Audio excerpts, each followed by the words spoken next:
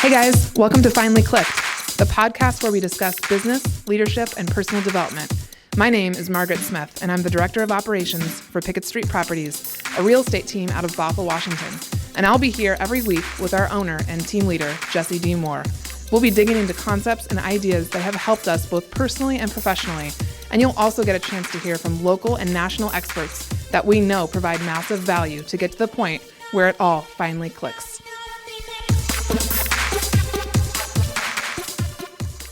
What's up, Finally Clicked followers? It's Margaret Smith with another episode of Finally Clicked. And I'm here with another little mini moment.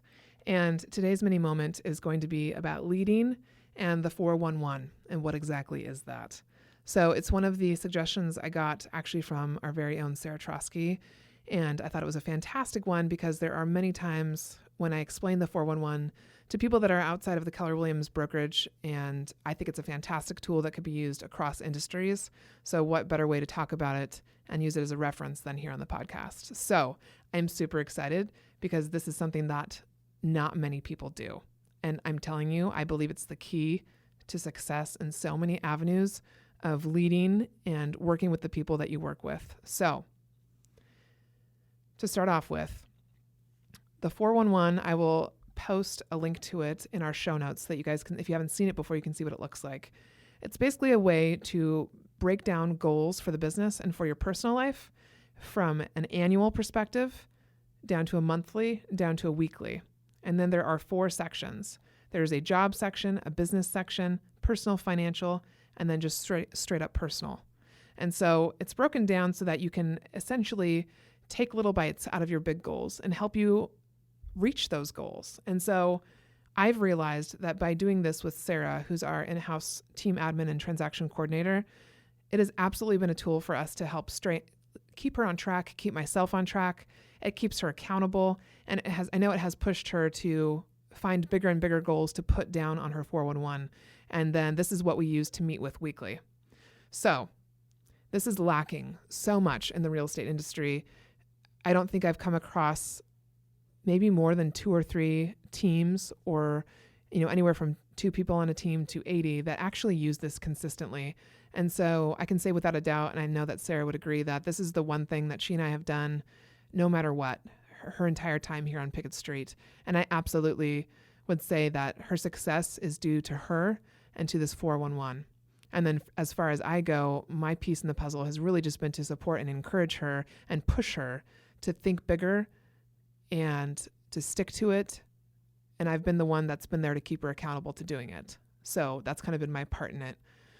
And the reason I emphasize this is that nobody does this, you guys. And so I hope I don't repeat myself too many times in this episode, but you're probably going to hear that several times, because leaders, if you're out there and you're working with teams, I can promise you, if you're not doing this, this will be a problem. You could have so much more success in your business and your team if you took the time to do this. Now, this 411 meeting is something we set aside just once a week. And Sarah and I used to do it on Fridays.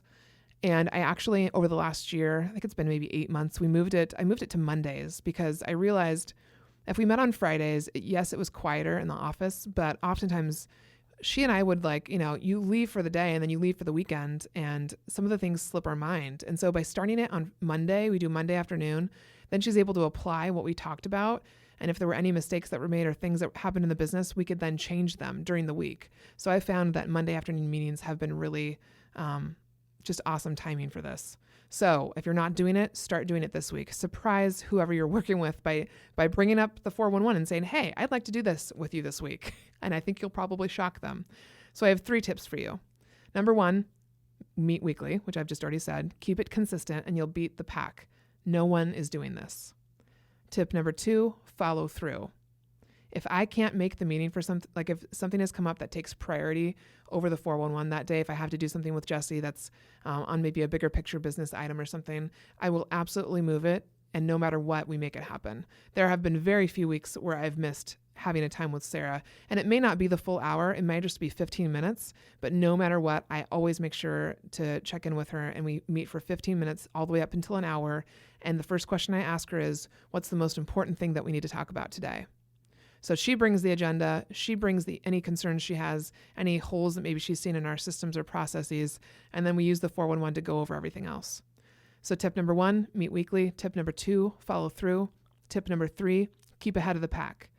And by this, I mean always be listening, reading, and researching for inspiration. So I know at one point, I forget when it was, might have been about a year ago, again, around when we switched our meeting times from Fridays to Mondays, I remember Sarah saying something to me very distinctly, and she said, I never feel like I'm going to catch up to you. I feel like you're always ahead of me, going so fast that I don't know how to keep up or how to get there. And I said, absolutely, I totally get it. And I'm so thankful to still be there for you, because part of my job as a leader is to always be a couple steps ahead. My job is to go out there, find the books, the articles, the podcasts, the people, the community that we need to continue to be able to push her forward. And so I knew that if I didn't continue to do that for myself, I wouldn't be able to lead the people that were working with me. And so as a leader, along with doing their 411, just in general in the business, you should always be pushing yourself a little bit harder and a little bit faster than everyone else so that you can provide them. And not that they're not doing them. I absolutely depend on Sarah to self-manage. Ultimately, it's her responsibility. Her growth is her responsibility, not mine. And I can be a better leader by helping to expose her to things that she may not have thought of before.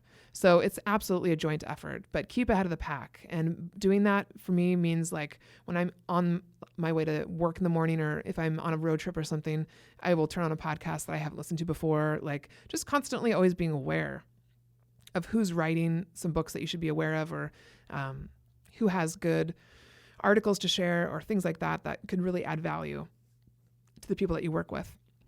So now I'm going to turn directly to the 411s that I have. I brought in one of mine. That's a recent one. And then I brought in Sarah's just as an example, and I'll ask her permission to see if I can post this in the show notes as well. But I have her first 411 that she ever did, and then her most recent one. And so you guys, if you've come to my class, it's now called Make It Rain Together. And I have my next class coming up actually this Friday in Boise, Idaho. And then I'm next teaching on August 29th in Seattle, Washington area. But I talk about this, and one of the first goals that Sarah said she had when we met for her interview was she just said, I just want to hike more. And when we asked that question because we want to know what kind of passion and activities they have outside of their work. And if they have something going on for themselves that they're passionate about, that says a lot to us about their motivation and self-drive and everything like that. Self-motivation and drive. I just got those mixed up. So I knew that with Sarah, I would have some work to do on goals, and that was okay with me because I had been the same way. I'd been kind of like all over the place and not really specific with my goals. So on her 411, we had put learn the interview process. So recruit, select, find a TC to train with, save $5,000, buy a house. And then in her personal goals, she had get her finger healed. And that's a funny story because she accidentally, her finger got shut in the door at hot yoga. Oh my gosh, it was bad. Eat healthy and get in shape and plan family time. So those are some of the examples that she had up there for annual goals. And then if you move to her most recent one, more of her goals right now were really around marketing. And then she and I have an Instagram goal for our Pickett Street account to get it to 2,000 followers. And then she has save $6,000. And if you know Sarah at all, you know she's an amazing saver. She's really good with her finances. Thank goodness. That's one of the reasons I hired her, actually, is because that's kind of her wheelhouse where it's not mine. And then in her personal category, now, of course, she has PT and relationship. And of course, we all know, if you're following her in her bodybuilding journey, it's very different on this 411 than it was back in the beginning where she said get in shape. She's obviously in very good shape right now. So I love this most recent 411 because you can really see the difference between this and what she had in the beginning. I would say one of the best things, I think one of the biggest accomplishments she's had besides the bodybuilding would be the marketing. And so about a year and a half ago, I told her I really wanted to help her kind of see marketing through my eyes. And so one of the things I did was I had her design the blog image for Pickett Street. And then every Monday we would meet and I would critique it. And this is something that we did I did this at the museum with my friends when we were talking about art, and I realized this would be a really good way for her to kind of learn how I think about marketing and thus how Jesse thinks about marketing, because what he has in his head, he transferred to mine. And so I was trying to do the same process with Sarah. And so she has really come so far in her marketing and how she looks at perspective of an image, how she looks at colors, how she looks at text and fonts. So I'm super proud of her and how far she's come with how she thinks about marketing and what it looks like. So those are some examples of what she has in her 411, and I'll ask her permission to see if we can put that on in the show notes. And then I brought my 411 in here as well. And, also, just so you guys know, like I said this earlier, I believe that when people self-manage really well, it can be easy to kind of let them do their thing and not think that you need to really keep them accountable. But I can tell you from my perspective, I'm a really good self-manager and I still need accountability. And by need, I mean want. I want to know that someone cares about my journey and where I'm going, where I'm headed, what I want, because the more people that know what I want, the more the people I have in my circle to help me get there, right? So you may have someone that you're like, oh, they don't need me to meet with them. They know what they're doing. True. And by you meeting with them, you're telling them that you care about them, you care about their goals. And I think in this point in the journey, it's really going above and beyond what most leaders do. So I would encourage you to start meeting with your person, even if they've been with you for 3 years or more. Start it today. There's never a better time than today. So on my 411, I have get Pickett Street to 2,000 on Instagram. I have hire 3 buyer's agents. This is my annual goals. And I actually think I just hit that one, hire 3 buyer's agents. I wanted to get 10 personal referrals into the team. I want to pay off a credit card.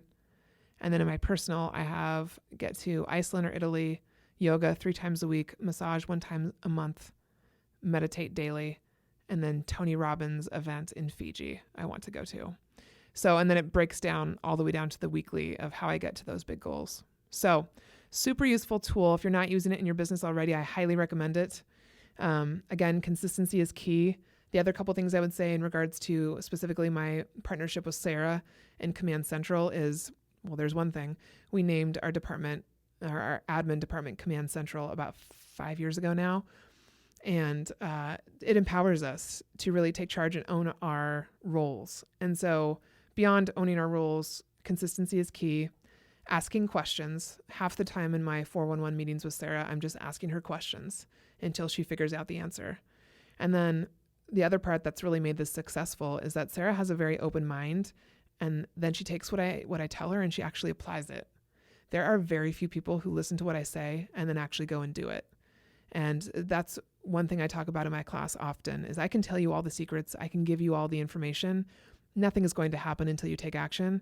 And that's one of the things that I've really, really appreciated and cheered Sarah on for, is that she takes criticism so well that she's taught me how to take it better.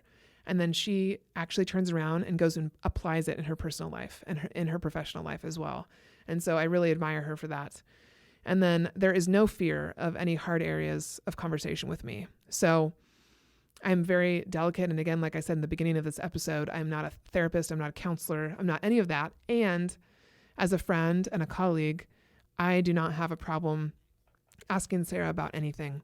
And if she doesn't want to talk about it, that's okay. And I want her to know that I'm always there to talk to her about it, because I absolutely believe in looking at the whole person and really helping them understand that I may not specialize in some area that they want help in their life, like finances, for example, but I know how to find a person to help them in that area. And so I think oftentimes we just forget that in our circle of family and friends, there are so many resources, you guys. There's somebody for everything. And so half the battle is just asking for help and realizing that even if I may not be the person that can help you, I will find a person to help you. So this is my little blurb on leading and the 411. And then I'll do more of another little mini episode about leadership in general. But this 411, you guys, has been essential to Sarah's success, to my success, to everyone on our team. And I have found, as has Jesse, that those that are most successful want accountability. They just do. Everybody wants accountability to help keep them on track, to push them forward. And so it is my absolute pleasure to have been able to keep Sarah accountable to her goals, and to see how far she's come has been just so remarkable. So I can't recommend it enough. If you're not doing it and you want accountability on doing it, reach out to me and I will absolutely put you on my calendar and check in with you about it. But there's nobody that's going to be able to make you do it outside of yourself. It really starts with you.